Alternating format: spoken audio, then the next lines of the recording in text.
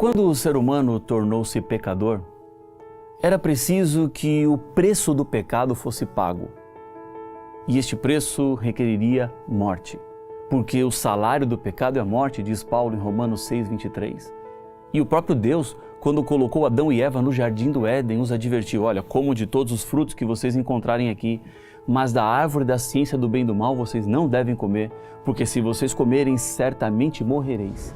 Em outras palavras, o pecado seria a transgressão desta lei e resultaria em morte. Como sabemos, Adão e Eva não morreram aquele dia que pecaram. Deus veio ao encontro deles, eles estavam escondidos atrás de árvores com roupas de folhas de figueira, onde eles tentavam esconder ou tampar a nudez porque estavam envergonhados. Deus pergunta a eles: o que vocês fizeram? Eles reconhecem o pecado e Deus então diz assim: Adão e Eva, o pecado resulta em morte, mas eu os amo de tal maneira que eu não permitirei que vocês morram por causa do pecado de vocês. Embora exista um preço a ser pago, vocês não precisam pagar. Naquele dia, Deus então proveu um substituto para Adão e Eva. Mas esse substituto não era completo e pleno. Era um cordeiro. Um cordeiro não poderia pagar o preço da morte dos seres humanos, senão apenas um outro ser humano poderia pagar o preço do pecado do ser humano, a morte.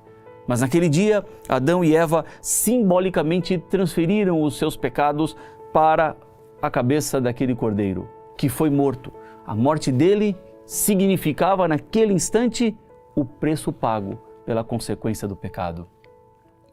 A partir de então, os seres humanos passaram a sacrificar cordeiros como substitutos das mortes que eles mesmos deveriam passar, porque eram pecadores. Até o dia quando o povo peregrinava pelo deserto e Deus pede a Moisés que construa um santuário. Deus estava ali organizando o serviço de sacrifícios, de purificação e perdão dos pecados. Mas neste santuário que Deus pediu que fosse construído, não estava apenas o perdão, mas também ali se encontrava a própria presença de Deus. Porque ele diz em Êxodo no capítulo 25, faça um santuário para que eu possa habitar no meio de vocês.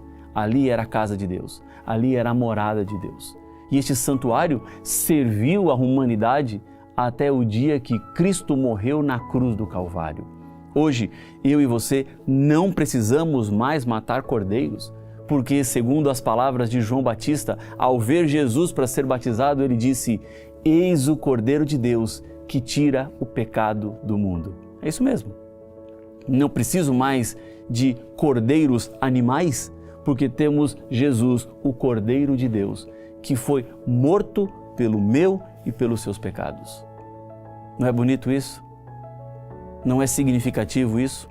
Mas sabe que algumas pessoas podem pensar assim: pastor, já entendi, mas não é uma coisa muito violenta, não? Matar um cordeiro para o perdão dos pecados? É, muito violento, muito forte. Tenho que concordar com você. Não é algo prazeroso, nem agradável, nunca foi. Se para nós é algo que mexe com as nossas emoções, que sabemos o que é a morte, conhecemos a morte, imagina naquele dia do primeiro pecado, quando Adão e Eva tiveram que assistir à morte daquele cordeiro. Eles nunca tinham visto nada e nem ninguém morrer. Pela primeira vez, eles se depararam com a falta de vida. Deve ter sido muito mais doloroso do que é para nós, embora continue sendo dolorido quando vemos um animalzinho, cordeiro, sendo morto, sacrificado por causa de pecados. Mas Deus, com isso, estava ressaltando para o ser humano a malignidade do pecado, o peso do pecado, a dor do pecado. Como aquilo machuca o coração de Deus, porque machuca o coração humano. Mas hoje eu posso chegar ao santuário celestial, onde Cristo ministra, porque nele posso encontrar o perdão. Veja só o que diz a Bíblia em Hebreus no capítulo 8, falando sobre o ministério que Jesus exerce no céu hoje, porque ele morre na cruz e ele volta para o céu, onde intercede por todos nós. Jesus é o nosso sacerdote e também é o nosso cordeiro lá no céu. Diz assim a Bíblia: Ora, o essencial das coisas que estamos dizendo é que temos tal sumo sacerdote, Jesus, que se assentou à direita do trono da majestade nos céus, como ministro do santuário e do verdadeiro tabernáculo que o Senhor erigiu e não o homem. É lá que Jesus está. O santuário que foi construído aqui na terra era apenas um modelo do santuário que Deus tem no céu. O santuário celestial é onde de fato acontece o grande conflito cósmico entre o bem e o mal. No santuário celestial é que os nossos pecados são de fato perdoados. No santuário celestial é onde Cristo hoje ministra por mim e por você.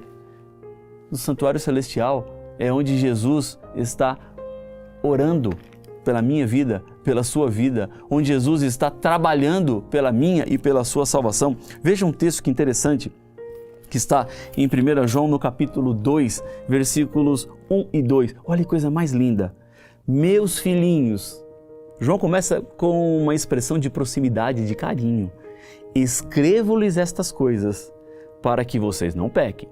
Esse é o ideal. Mas, se alguém pecar, ou seja, todos nós que somos pecadores acabamos pecando, temos advogado junto ao Pai, Jesus Cristo, o justo. E Ele é a propiciação pelos nossos pecados. E não somente pelos nossos próprios, mas também pelos do mundo inteiro. Em outras palavras, quando nós nos achegamos ao santuário celestial, temos Jesus, que está advogando em seu favor para que você seja salvo. Não é maravilhoso isso? E alguém pode pensar assim, tá bom, pastor, já entendi tudo isso. E quanto eu preciso pagar para conseguir Jesus como meu advogado? Quanto é o honorário que Jesus cobra? Não cobra honorário. Não tem que pagar nada, não. Jesus já pagou a sua conta, o seu escrito de dívida, o seu pecado, a morte que era a sua consequência. Ele já carregou sobre os seus ombros. O que você tem que fazer hoje é apenas entregar sua vida, seus sonhos, seus planos, tudo nas mãos dele e passar a andar todos os dias ao lado do Senhor. Está disposto a fazer isso? É o seu desejo fazer isso? Então fala para o seu instrutor, para a sua instrutora, para o seu professor, para a sua professora, na classe bíblica, no pequeno grupo ou sozinho. Diga aí em voz alta, eu aceito. Eu recebo Jesus como meu Senhor e Salvador. Eu quero a intercessão dele para que eu tenha uma nova vida. Já disse? Agora vamos orar para confirmar a sua decisão. Senhor Deus querido, Pai nosso, te agradecemos muito pela mensagem que vem da Tua Palavra. Agradecemos muito porque podemos chegar ao santuário celestial e saber que Cristo ministra em nosso favor e assim podemos encontrar e obter a salvação. Por isso eu entrego esta pessoa que ora comigo neste momento nas Tuas mãos, em nome de Jesus. Amém. Que Deus siga contigo em sua caminhada, estudando Jesus, restaurador da vida. Nós nos encontramos no próximo estudo número 7. Até lá!